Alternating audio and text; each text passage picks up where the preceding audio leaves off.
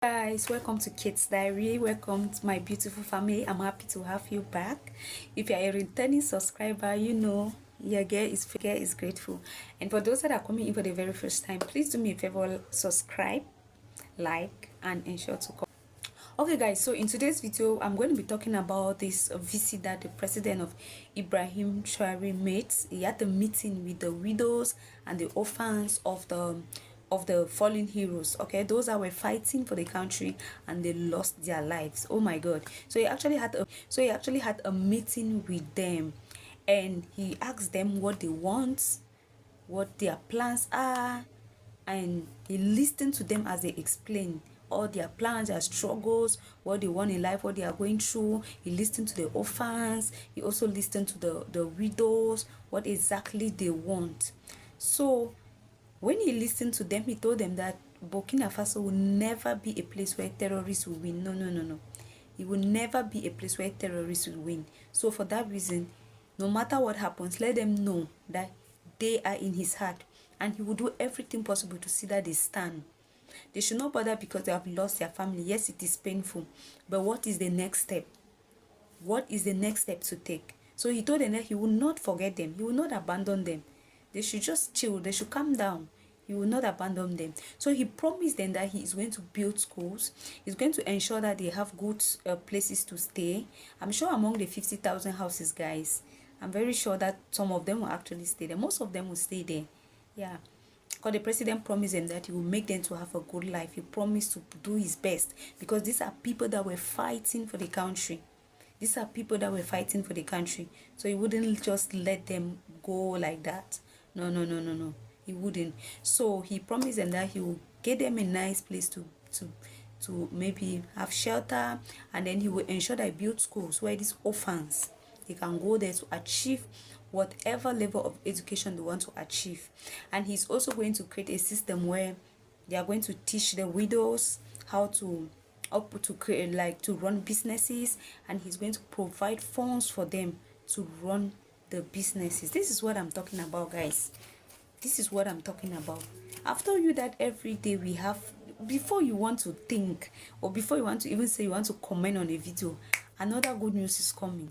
Another good news is coming. Yes, another good news is coming. So I saw this news yesterday. I was like, wow. And I saw the pictures. I was like, oh my god, this is great. This is great. I mean, he told them that he will not forget them. They should hold on. He's going to work out something. And you know him, a man of his words. He's definitely going to do it. He's definitely going to do it. So I'm just happy, guys, because he hasn't forgotten about the widows of the fallen heroes, the orphans of the fallen heroes. He promised to actually take care of them. I mean, this is good news for all the families that lost their loved ones while they were fighting for the country. And now, guys, we have the next word on what else. We are going to be looking at some of the countries that are still paying these colonial taxes to the European countries. You know, there are some countries, even after gaining their independence, they are still paying colonial taxes, what is called colonial taxes, to the European countries, to France. So now, guys, it happened so many years ago when the European countries colonized the African countries. They were working under them. Then after that, some countries actually, even when they got their independence, because they were paying them money yearly. So even after they got their independence, they told the colonial masters told them that, you see, when we colonize you people, we built schools, we constructed roads, we built so many companies. So now you cannot just say you are independent. You have to be paying us some money. So they make them to actually sign an agreement where they will be paying money into their account yearly, and that money is called the colonial tax. So they'll be paying this colonial tax to them yearly. My question is, why don't you people just state an amount, whether it's 20 billion, 10 billion? How much do you people want? Because there are some countries, when you look at Burkina Faso, you understand that these are countries that if they tear them, they'll just do their best. They'll sacrifice, do their best, and pay that money and stay off. But you know, France, they are very, very smart. You know, these colonial masters are smart because they will still want to control them, even though they are independent. Because what is it about this colonial tax? Have they not worked for you people enough? Like, people are still going about asking colonial tax. Do you know, even after that, they made an agreement where they are still keeping their money with them, with the French banks. They keep their money with the French bank, and this money is at the disposal of these colonial masters. They can use it at any time. But you, now that you have the money, you might want to invest in a big project. How can you invest in a big project?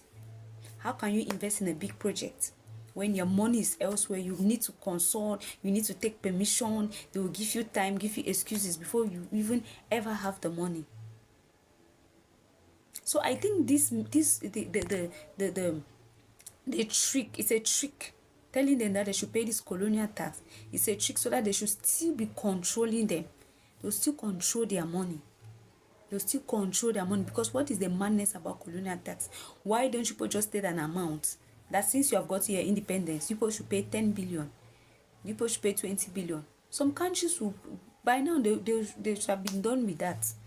When you look at countries like Burkina Faso, Mali, like I said, they will obviously struggle and pay that debt and stay off. So most of the countries that are paying these colonial taxes are countries that are using the CFA francs. Yes, they are countries that are using the CFA francs. So that way, because it was introduced by, this currency was introduced by France. Okay, it was introduced by France. So since they are using it, they told them that you people will be depositing your money with the French banks. That way they have control over their money. The money is at their disposal. What the? So you see, countries like that, so there are so many African countries that are still paying this colonial tax up to now. So we have countries like Gabon, we have Cameroon, we have Niger, we have Ivory Coast, we have Mali, Senegal, Burkina Faso, and a lot more. But now you see Burkina Faso, Mali, and Niger. That is one of the reasons why they want to make their own currency. They wanted to change this CFA franc. They didn't want to be using this CFA franc. They wanted to change it. They wanted to change it because they wanted something that they will be free. Because as long as they are using that CFA franc, they are still under those people. They are still under those colonial masters. Because the people that are paying this colonial tax are mostly the people that are using the CFA francs. So that's one of the reasons they wanted to just change the money and be using their own money. So they are trying to come out of it. Burkina Faso, Mali, and Niger. They are trying, the Sahel state is trying to come out from this bondage. I call it bondage. They are trying to come out from the bondage that they have been placed. So for me, I think the best thing that they can do is just to, these African countries to form a system where they can fight, because they themselves, they are complaining, the citizens are complaining, the leaders are complaining. They do not want this thing called colonial tax again. And when they are paying this colonial tax, these colonial masters are getting richer. They are getting richer while African countries are getting poorer. Whereas we are the ones that are working hard for the money. They are enjoying. Does it make any sense, guys? Does it make any sense? So I actually feel like African countries should come together, team up, have a system where they can actually bring up ideas where they can fight out of this colonial tax madness. They can come out of this colonial tax madness. Okay, guys, let me get your own comment at the comment section. Thank you so much for watching. Don't forget to subscribe, like, and never forget to comment and share the video for more updates. Thank you, and do have a nice day. Bye bye.